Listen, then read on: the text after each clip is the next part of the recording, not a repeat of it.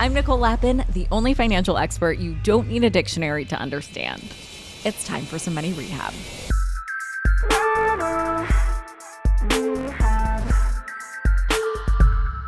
If there's an issue you're super passionate about, one way to get involved is to donate money to the cause. In other words, putting your money where your mouth is. But if your spending plan doesn't really have room for donations, there are other ways, of course, you can make a difference. Today, I talk about how you can do just that with Levi Aaron, a venture partner and investor who has given a lot of thought to this personally as he's thought through how he can make the biggest impact in supporting Israel.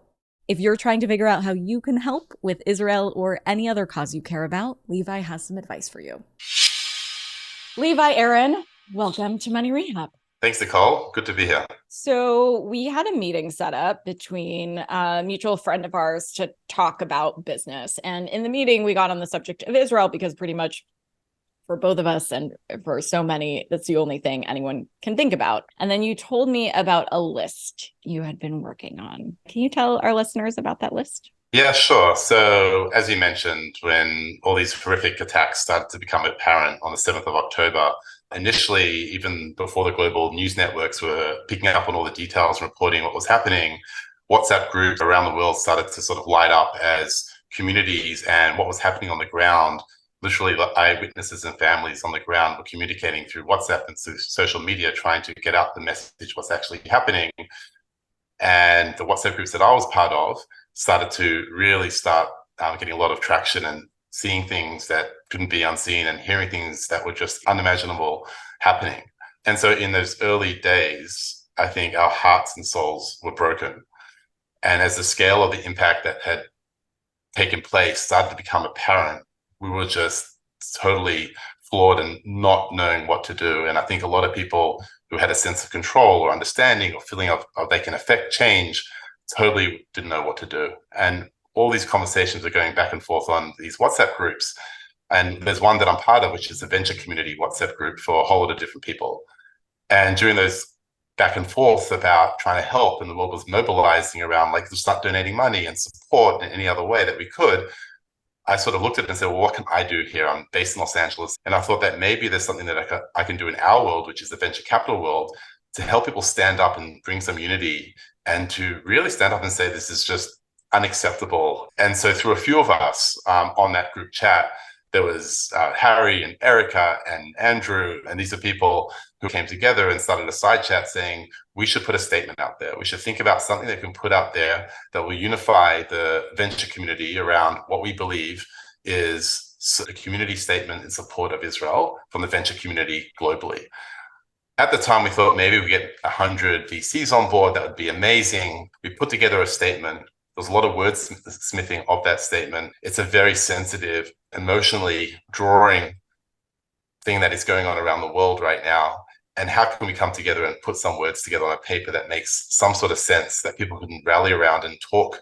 And we were surprised that within a few hours we got to 100, and then 200 and 300. And today there's about 800 VCs globally who have signed this document, which we can link later on, around the venture community's support for Israel during this horrific time.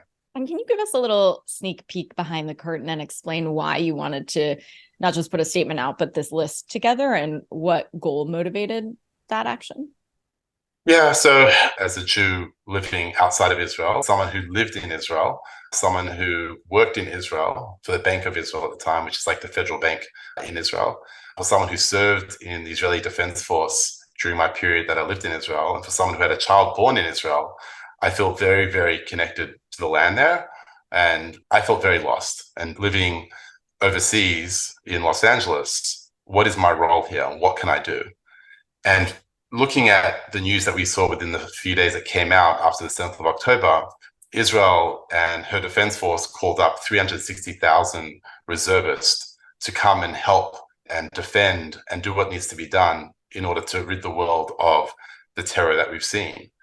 And it's also known that they had 150% turn up to that call up, meaning more people turned up than were actually called up.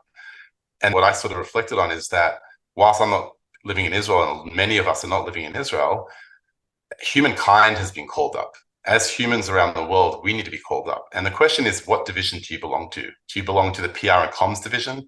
Do you belong to the division that's raising charity for money that's much needed to get supplies out to people who need that most and on the front lines?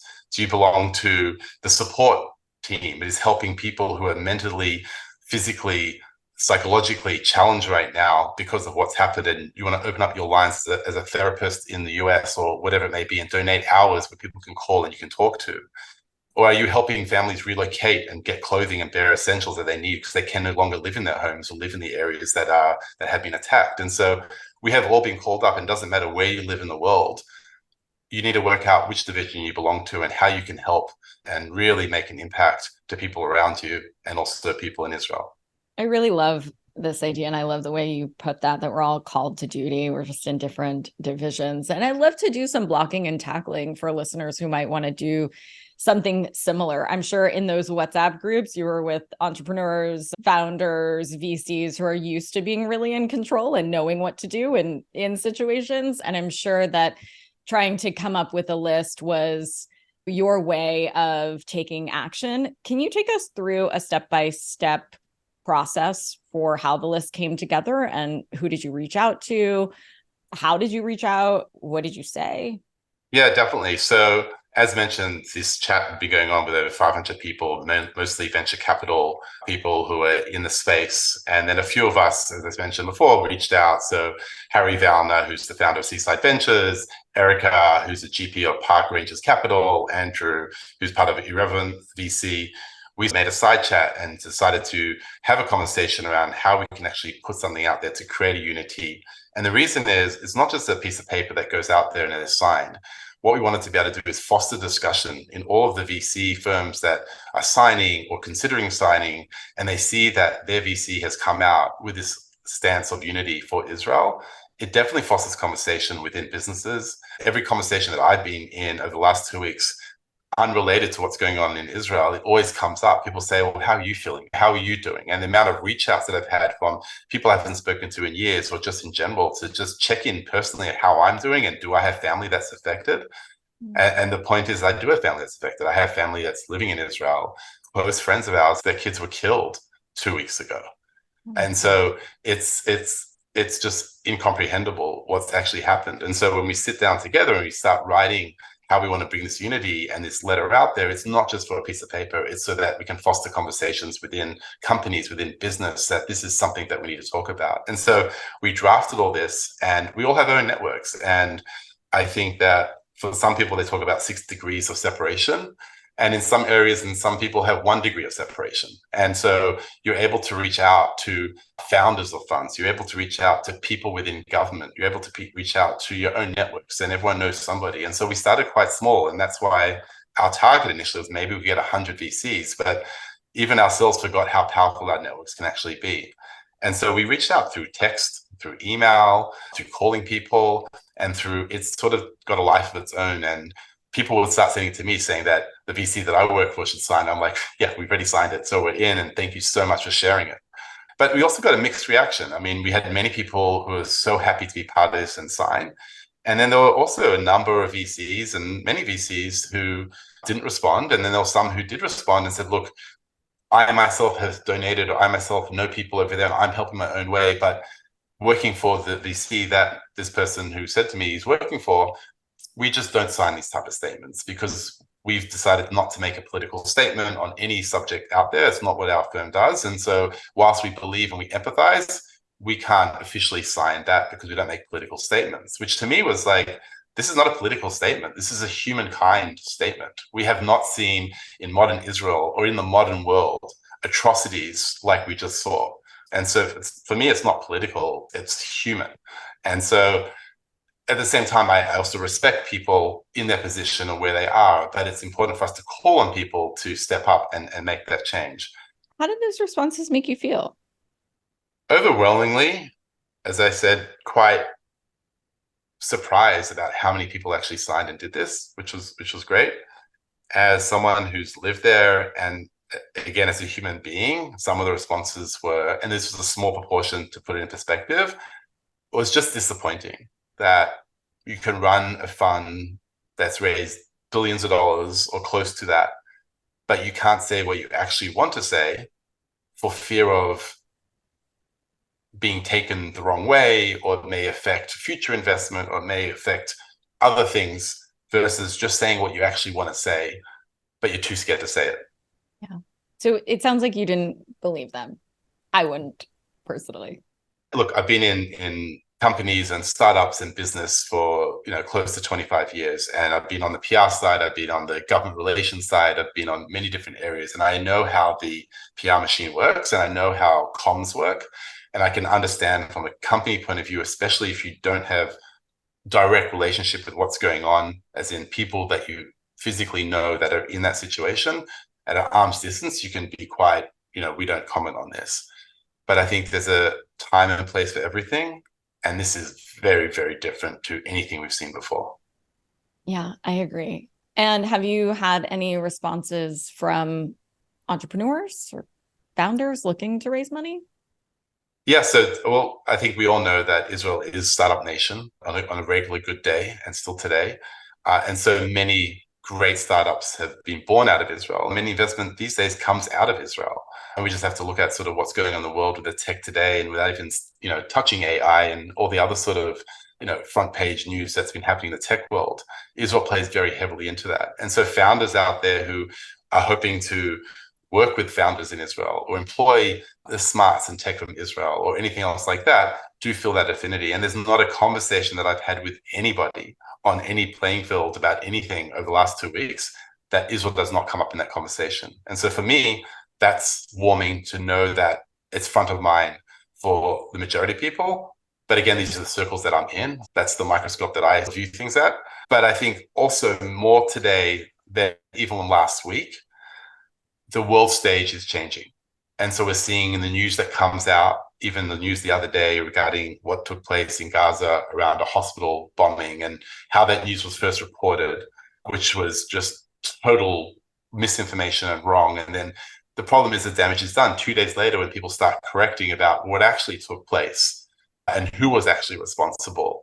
That's now not even noticed anymore because the damage was done by those headlines globally. People are not educated in what's been going on over the last 50 years, what's been going on over the last 3,000 years. And so we also need to help people and be educated about what's actually taking place, not just today, but what has been taking place over decades, so that people, when they have conversations at the office, on Zoom calls or whatever it may be, they actually have the right information. They can have productive, constructive conversations, less so these hateful things that we are seeing around the world. Yeah, and just to drive the point home, you probably take this idea for granted. If you are a killer startup, if you're crushing it and you want to raise money or you don't want to raise money, that's when VCs want to throw money at you, right? And so you really have the choice, which is very high class problems, to say no to capital. And so I imagine, just to really tie a bow on this, like you wanted these superstar founders and entrepreneurs, when they're in that position, to look at this list and say, I don't know, this is like inconspicuously not on the list, or this fund or this company is just not on the list. They don't support Israel. And so there's plenty of other VCs who will give me their money. So I'll just go to them instead. No, definitely. And I think also, especially if you look at Gen Z today, Gen Z is very mission focused and they want to understand who sits behind what. I think when you're raising money, you can raise money from many different sources. And as you would know, you can get money from many different sources. And taking money from, number one, strategic, and at the same time in parallel, like value driven, is super important as well. One of our portfolio companies had an acquisition offer recently and they're pre-revenue. And we actually ended up, together with the portfolio company, recommending to turn down the acquisition offer. And the reason is that we weren't sure what the mission was of that potential acquirer, and what other portfolio companies may be in that other acquirer's sort of portfolio, which may or may not help in the future for this portfolio. And so not always is money the answer. It's about having strategic and value-driven, mission-driven ways of being able to partner up. Absolutely. And we had Dan Senor on the show last week talking about Startup Nation, talking about how much tech is going on, how many multinationals have set up offices in Tel Aviv. And so if somebody's listening to this and saying like, oh, well, who cares? Then don't take money. They'll give money to somebody else. But like if you were the first money into Waze, which is an Israeli company, like you made a shitload of money. And so getting in on these hot startups is actually not having access to them because of whatever stand you took. It's harmful, will be detrimental to your long-term business. Yeah, and I don't know if anyone's using this list right now. It was not the intention of the list to use the list and see who has signed and who hasn't signed, and therefore that will make a founder or a fund of fund decide whether they're going to invest funds into that VC, or a founder whether they're going to go have a conversation with that VC. The list wasn't intended to be divisive in that way, but it was more put out there to be, this is a unity list, and this is something where we want to show support as a VC community for Israel. And so step up and be counted, and don't just put your name down, which is great that you did, but foster conversations in the workplace, talk about this at your all hands, recognize what's actually going on in the world and mention it and have those conversations. Because what we also know is that, again, on the social media and the PR front and comms front, there's things happening every day where in workplaces, people are tweeting stuff, or that people are putting out posts or whatever it may be around their own personal feelings. And some of the posts that are coming out are horrible. And there's a lot of fake news out there as well. I mean, the other day, there was a post around something that Uber had posted, but that was later on told to be false. There was something that Starbucks had posted, which was quite negative to Israel, that ended up wasn't Starbucks that posted it, was Starbucks Workers Union. So there was a lot of different things going on where people are being very quick on the button to push things out there, which they don't even understand the scale and the impact and how wrong these messages are. And so rather than putting out divisive messages, we want to put out messages of unity, because Israel needs the support. Humanity needs to support Israel of what they just went through. And I really love the point, Levi, that you make about all of us being called up here. What are some other examples that you've seen of people finding their own personal ways to serve? Yeah, so it's interesting. Hold onto your wallets. Money Rehab will be right back.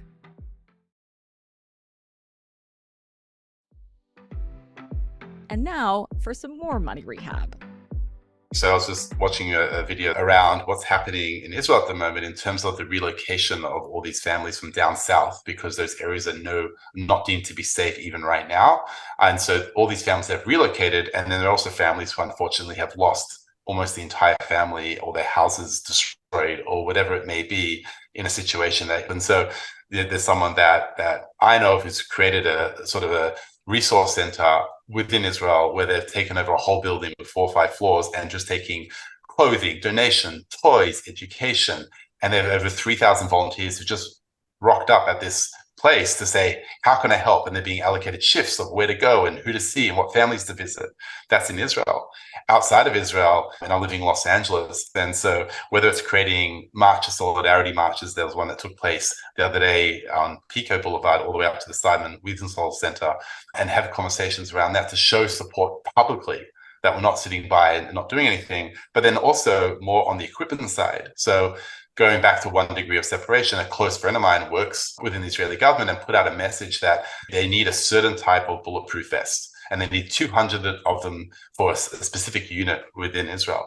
And the issue is that people are giving a lot of funds for helmets and bulletproof vests and protective clothing, but majority of this hasn't been ballistically tested. And so there's thousands, if not hundreds of thousands of dollars going into supplies and product and being sent to Israel that Israel may or may not be able to use. And so it's so hard when everyone wants to do good and these charity sites are popping up knowing where everything needs to go, and there's not enough time to have validation and certification about what's correct and what's not correct. And so there are people here in LA who are spending their time to make sure they can do this properly and send the right things. And so the call went out from my friend that I mentioned before. And so I was able to validate the sources of where this came from, the amount of funds that is needed to get this. And there's only a few factories in the world that make the certain type that they need, and how to secure those actual product and how to then get it from wherever it's coming from to its rightful destination. I have friends that are working on the food side. There's been a number of chartered planes that have been left from East Coast and West Coast across the US, taking soldiers who've received Sal Shmona, or which means urgent call up, for their units. So these are Israeli citizens who happen to be either living in the US or traveling in the US at the time, and also globally, that their units have been called up. And so their own colleagues, people that they were shoulder to shoulder with over the years in training, in doing missions, have been called up, and they're stuck here in the US with either not the funds to go back or no means, of communication or what needs to happen. And so individuals out of their own pocket have said, hey, I have a 777 plane that's available that's going to be taking off from LAX at 10 a.m. on Tuesday. If anyone shows up with a legitimate, Army card with a legitimate call up, they can join that plane and I'll fly them there myself. And we have people on the East Coast who've gone there to JFK with a credit card and said, as long as we can verify who you are, we will pay for your ticket right now and get on a plane, and you can go where you need to go to support, to do whatever you may need to do. And so everyone in their own capacity of finding means necessary to help. And also prayer helps and solidarity helps. And so there are people who are working out prayer where people can come together and pray together, or vigils where they can hold candles and just support, because none of us really know how to cope with this. And so our coping mechanism is move into action, do something, help people, get on a call, raise money, see how you can support, call somebody. And so that's what we're doing. But I think also a time's going to come when all this is going to sink in. And we've stopped watching the horrific videos, and people should stop watching those. They should watch the interviews of the survivors, because what they hear from those survivors is super important. But really try and do what you can. But there will be a time for many now and for many in the near future where once that activity stops, the real heaviness of what has actually taken place is going to sink in and become quite sad and desperate. And you're no stranger to service. You were in the IDF when you were how old? So I was in my 20s. So I And moved to Israel when I was in my 20s. So typically, if you live in Israel, you have to serve 3 years. And as I moved there in my 20s, I only had to do 1 year. and how long were you in active duty? So I was in 6 months active and 6 months reserve, but then the reserve continued. My unit was what we call in English the Home Front Command, which is called Pekudei HaAref. So this is a unit which is very much there to not only help on the home front of Israel, but has been called up many times and gone overseas to help. So as we know, for example, what took place in Florida with the Surfside collapse of the building, that was the unit that went to Florida to help with the relocation of the bodies and to help out where they could.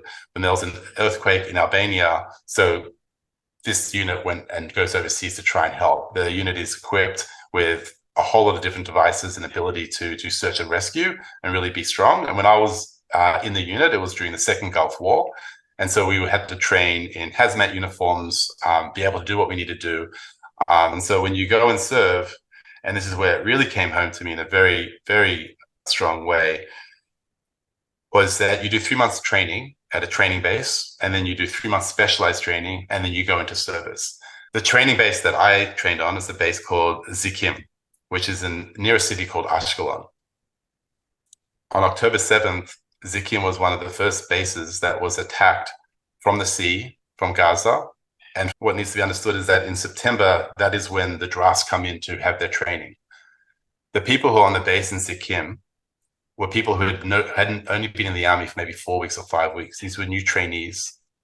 And what took place on that base, the base was overrun.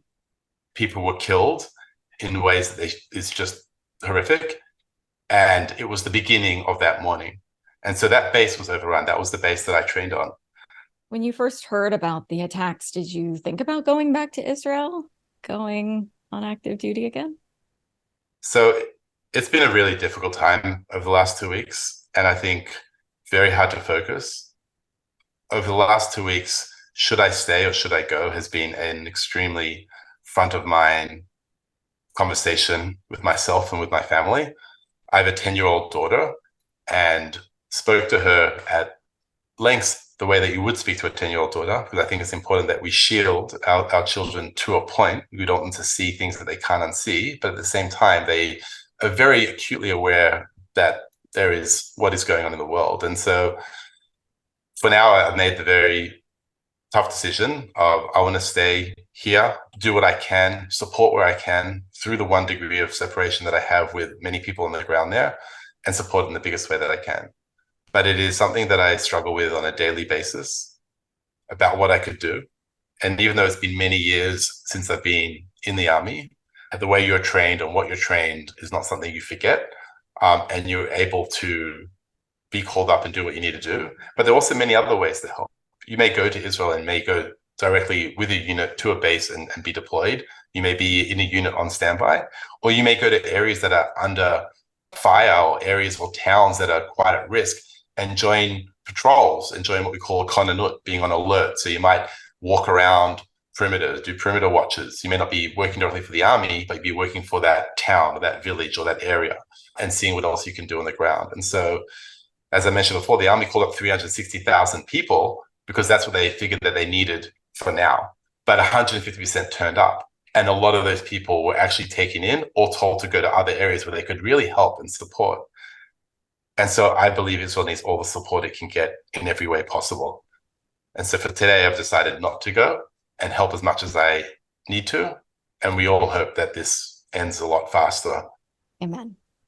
We end all of our episodes by asking our guests for a tip listeners can take straight to the bank. For this episode, I would just love your advice on what somebody can do if they're trying to figure out how they can stand up and serve.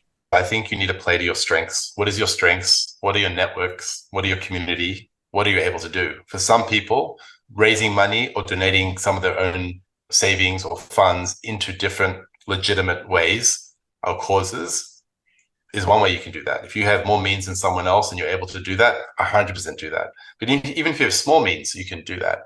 But if that's not your forte and you have a podcast and you're out there and you're able to amplify a message and call for help or for unity or to actually expose what's happened so that there's no misinformation about what actually happened, then use that as a platform. If you're able to support people who, even in our communities here in Los Angeles, in New York, in other areas that I've been over the last few weeks, you can see people are suffering. People who have their siblings have been directly affected, killed, hurt, kidnapped, or communities that they've lived in once upon a time. And people are struggling to deal with what to do with all this information. So if you can be a shoulder even to your neighbor, to someone else, it's important. Whether you can show support through any which way you can do it. I would say choose one thing and do that.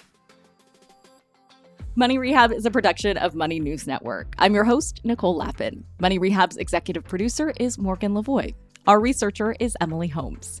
Do you need some money rehab? And let's be honest, we all do. So email us your money questions, moneyrehab@moneynewsnetwork.com, to potentially have your questions answered on the show or even have a one-on-one intervention with me. And follow us on Instagram @moneynews and TikTok @moneynewsnetwork for exclusive video content. And lastly, thank you. No, seriously, thank you. Thank you for listening and for investing in yourself, which is the most important investment you can make.